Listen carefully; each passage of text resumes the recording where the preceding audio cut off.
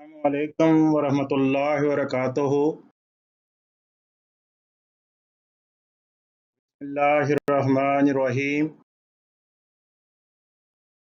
Dear students of fourth year MBBS, today we will discuss corneal and refractive surgery. The learning objectives of this lecture are that at the end of the lecture, you have an overview of different refractive procedures which are used to correct the refractive errors, and you know advantages and disadvantages of each procedure and different methods to correct the myopia are radial keratotomy, though this procedure is obsolete now, but we will discuss for academic purpose briefly. PRK, photorefractive keratectomy, is the other method, and laser epithelial keratomyeliosis, and LASIK, laser in situ keratomyeliosis. And for high myopia, we have a procedure that is called clear lens extraction, and after extraction of the lens, we put intraocular lens into the bag, and the iris clip lobster claw lens placed in the anterior chamber, and the PHAKIC posterior chamber intraocular lens. Now, what is the radial keratotomy? Radial keratotomy is a procedure in which we made radial incisions in the cornea. This procedure was used to correct low to moderate myopia, but now it is an obsolete procedure, no more being used. The history of radial keratotomy is that in Second World War, a Russian pilot sustained corneal injury by broken canopy glass.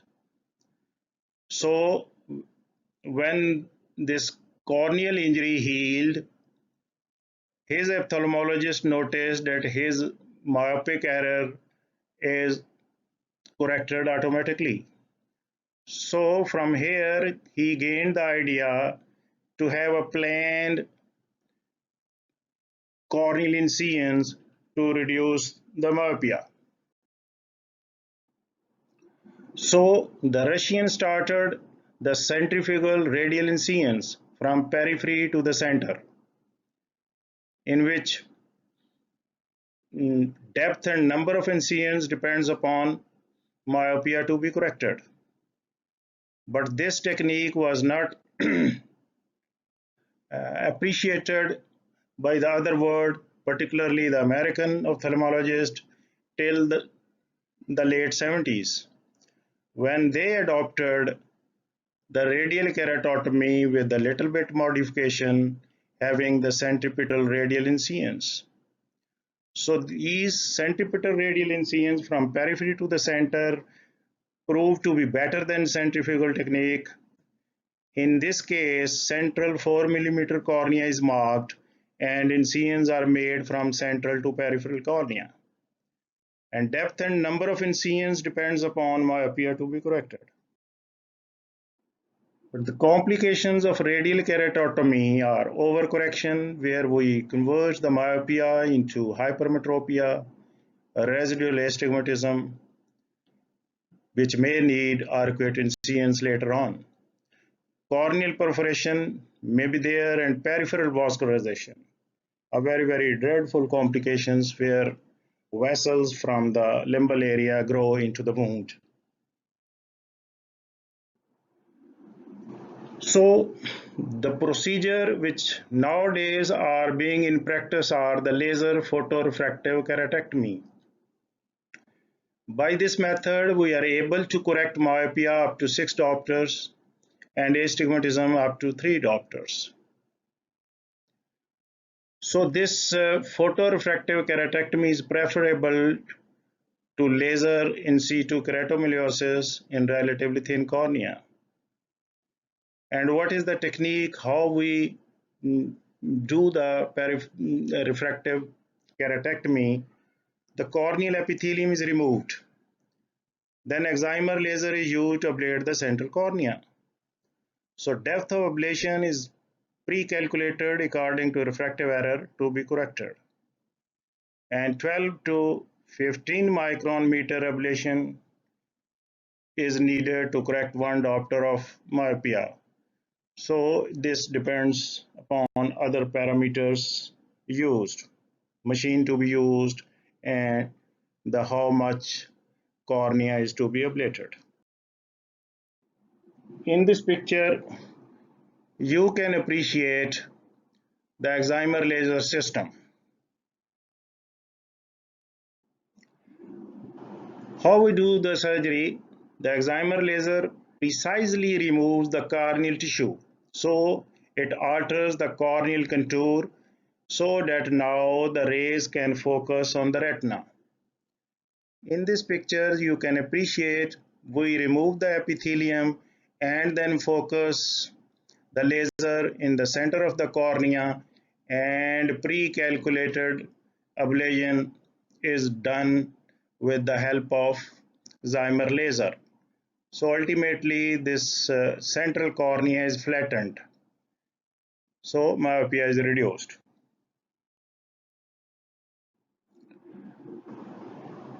So post photorefractive keratectomy, it is usually painful due to exposed nerve endings.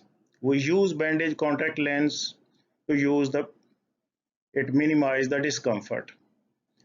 So epithelium usually heals within 48 to 72 hours, but subepithelial haze may develop within next 2 weeks. The complications of photorefractive keratectomy are the slowly healing epithelial defects, corneal haze with blurring halos, poor night vision, decreased contrast and nocturnal glare, and the regression of refractive correction in coming months.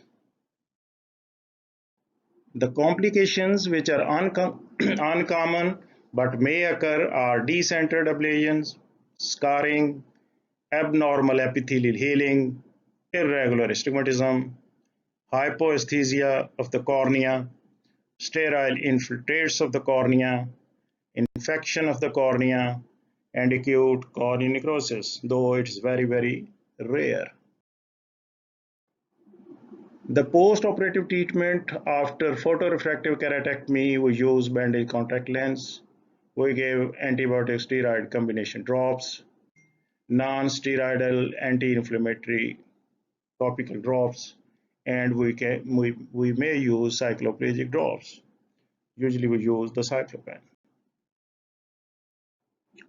Now we will discuss briefly the laser epithelial keratomylosis. It is also used for low to moderate myopia, but it is preferable in relatively thin cornea over the LASIK.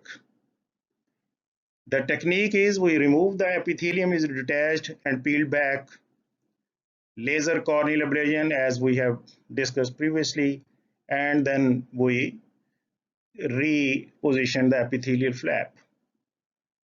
Advantages of laser epithelial keratomylosis are it is less painful, having less haze, more rapid visual recovery than photorefractive keratectomy, and low risk of serious complications. Now we will discuss the laser in situ keratomylosis. Laser in situ keratomylosis is used for moderate to high myopia, and myopia up to 12 diopter can be treated, and astigmatism 4 to 5 diopter can be treated. So amount of total corneal ablation depends upon original corneal thickness. So it is very, very important that the residual corneal base after ablation must be more than 250 to 300 micron meter. Otherwise, very dreadful complications may occur. So this flap, which is created in the laser in situ keratomylosis, can be created by femtosecond laser, so it is not required high suction ring. So what is the technique of LASIK? In this case, suction ring is applied, then we insert the automated microkeratome. A thin corneal flap is raised, which is attached to the cornea at one end. Usually flap is about 100 micron meter. Then we release the suction and bed is treated with the excimer laser as in the PRK and LASIK. And after ablation of the central cornea, which is pre-planned, how much is to be ablated, then flap, which is created, superficial flap that is repositioned, and of course, as I have already mentioned, that flap, superficial flap can be created with the femtosecond laser so that suction ring is not required, because with the suction ring it causes intraocular pressure is raised much, and it gives so many, can give rise certain complications. So in this picture you can appreciate that high suction ring is applied, then the keratome is inserted and a flap is raised which is attached to the cornea at one end. In this picture you can appreciate the diagrammatic presentation of raising the flap. Flap is being raised, then flap is turned to one side, which is attached at one end of the cornea. Laser is being done so that ablation by the excimer laser of the central cornea is done. Then flap is repositioned over the ablated cornea. Ultimately, this is the end stage.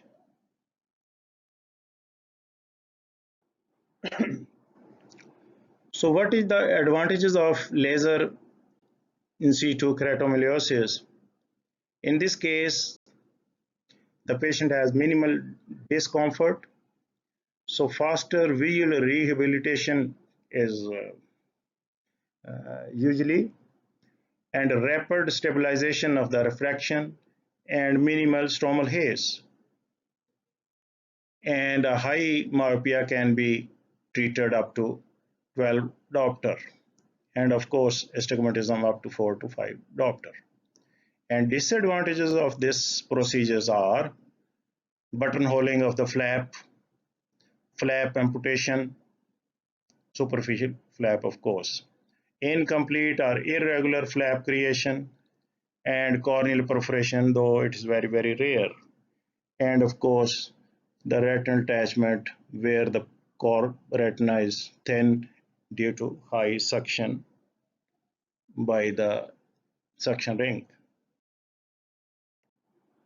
The post-operative, usually the patient experiences tear, instability, wrinkling, distortion or dislocation of flap, subepithelial haze may be there, night glare, epithelial defects, epithelial ingrowth under the flap, diffuse lamellar keratitis, bacterial keratitis, and corneal ectasia in certain cases. And post-operative treatment in LASIK, we use steroid antibiotic combination and non-steroid anti-inflammatory drops. In this picture, you can appreciate different complications of the refractive laser procedure. Wrinkling of the flap, you can appreciate the wrinkling of the flap in this picture. Then subepithelial haze in this picture, and the epithelial ingrowth underneath the superficial corneal flap. And here you can appreciate the diffuse lamellar keratitis, Sahara sand appearance, and of course another serious complication that the bacterial keratitis may occur.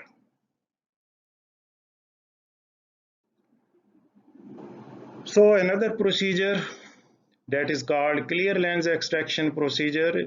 It is used in high myopia. We do the biometry, calculate the intraocular lens implant, then the clear lens is extracted, and in the bag, posterior chamber intraocular lens is implanted. We can use the PHAKIC intraocular lens implant. We do not have lens extraction. Put the intraocular lens in the interior chamber. In this picture, you can appreciate that the lobster claw implant lens, which is placed on the iris, and the sides of the lens are clipped with the iris. In this picture, you can appreciate the posterior chamber intraocular phakic lens implant over the interior surface of the lens behind the iris in the pupillary area. By this method, we can correct the high myopia. Now we will discuss briefly the correction of hypermetropia. The same procedures are being used: photorefractive keratectomy, laser epithelial keratomiliosis, laser in situ keratomiliosis, and conductive keratoplasty, where we can use the radiofrequency probe burns. These burns are placed in the corneal periphery, and laser thermal keratoplasty, where the burns are placed in the peripheral part of the cornea. In this picture, you can appreciate that in case of hypermetropia, we ablate the peripheral cornea. Central cornea is not touched, it remains as such, and ablate the peripheral cornea so that relatively the central cornea become more curved. So the power of the central cornea is increased ultimately, so reducing the hypermetropia. In this picture, you can appreciate the laser thermal keratoplasty. The holmium laser burns are placed in the peripheral part of the cornea. So ultimately, this stromal tissue, due to this scarring, it contracts, and relatively the central cornea become more curved. So the power of the central cornea is increased. By this method, it decreases the hypermetropia, or we can correct the low hypermetropia. So different methods used to correction of astigmatism are limbal relaxing incisions or arcuate keratotomy, in which we give radial incisions, arcuate incisions to correct the astigmatism. Photorefractive keratectomy, laser epithelial keratomiliosis, and laser in situ keratomiliosis. As we have already mentioned that LASIK can correct 4 to 5 diopter of astigmatism, and LASIK and PRK can correct up to 3 diopter of astigmatism. We can do the lens surgery, and toric intraocular lens can be implanted to correct the astigmatism. This was all about the laser refractive surgery. Now we will discuss briefly the keratoplasty. Keratoplasty is an operation in which abnormal corneal host tissue is replaced by the healthy donor cornea. So the corneal graft may be full thickness, that is called the penetrating keratoplasty, and the partial thickness, further divided into lamellar or deep lamellar. So different types of keratoplasty are penetrating keratoplasty. Full thickness of the cornea is replaced. Lamellar keratoplasty, in the superficial part of the substantia propria, is replaced in case of superficial corneal opacities. And deep lamellar keratoplasty, in which almost whole of the substantia propria is replaced in case of deep corneal opacities. Only the Descemet's membrane is used of the host tissue. So what are the indications of keratoplasty? The different indications of keratoplasty are first and foremost is the optical indication where we want to improve the vision of the patient. And in this case, pseudophakic bullous keratopathy is the most common disease in which we use the penetrating keratoplasty. The patient develops bullous keratopathy after lens extraction with the intraocular lens implant, where the damage to the endothelium is sometimes so much that it develops the bullous keratopathy. And second most indication disease in which keratoplasty is being done is the keratoconus. Then come dystrophies and degenerations, and of course, corneal scarring. Then the second indication is the tectonic keratoplasty, in which we want to restore the integrity of the corneal structure, where the certain diseases causes stromal thinning and desmatoceles, where we do the penetrating keratoplasty or the lamellar keratoplasty to restore the integrity of the cornea. And the therapeutic keratoplasty in those cases where the corneal tissue is unresponsive to the treatment, particularly the antimicrobial drugs. So we use the keratoplasty to heal the corneal ulcers. And cosmetic keratoplasty we use only to improve the appearance of the cornea, although the patient is having no more vision. The donor tissue is taken within 24 hours of the death of the donor, and preferably within first 4 to 6 hours. Then this donor tissue can be preserved in certain medias, and different medias are used, which the donor tissue can be preserved even up to few days. And the donor tissue should not be used of the patients of infants and those patients who are having age more than 70 years, and the patients having death with unknown disease, or the death due to infectious central nervous system diseases, systemic infections, patients having leukemia and lymphoma, patients having ocular malignancy, and severe inflammations, and of course the patients of HIV, hepatitis B and C. The poor prognostic factors in case of penetrating keratoplasty, the certain patients which are having eyelid abnormalities, tear film dysfunction, recurrent conjunctival inflammations, stromal vascularization.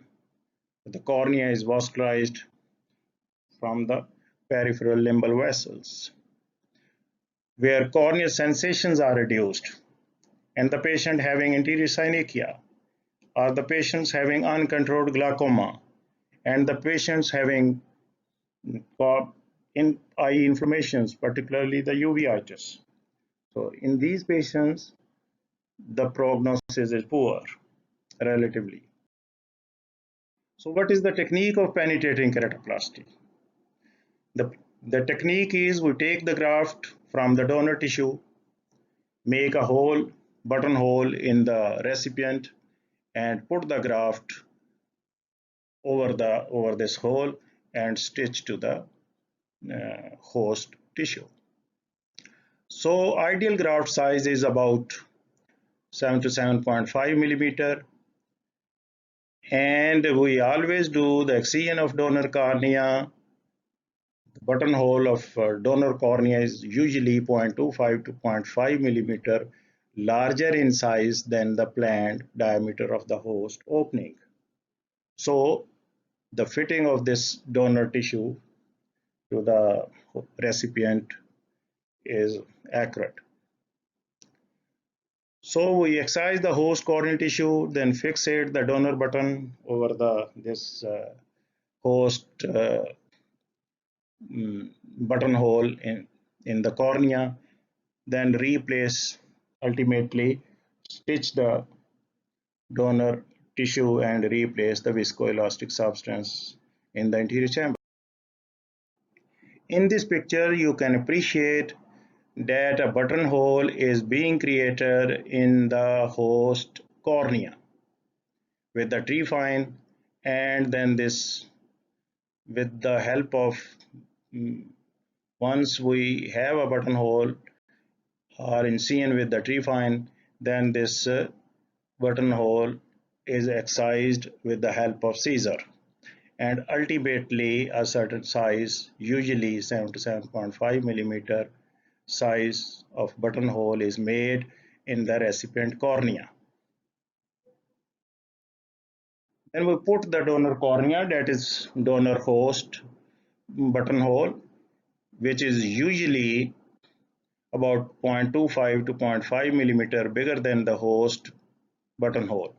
Ultimately, put this donor over the recipient cornea and place the 4 stage sutures at 3 and 9 o'clock and 12 and 6 o'clock. And then we stitch the donor cornea with the recipient remaining peripheral part of the cornea.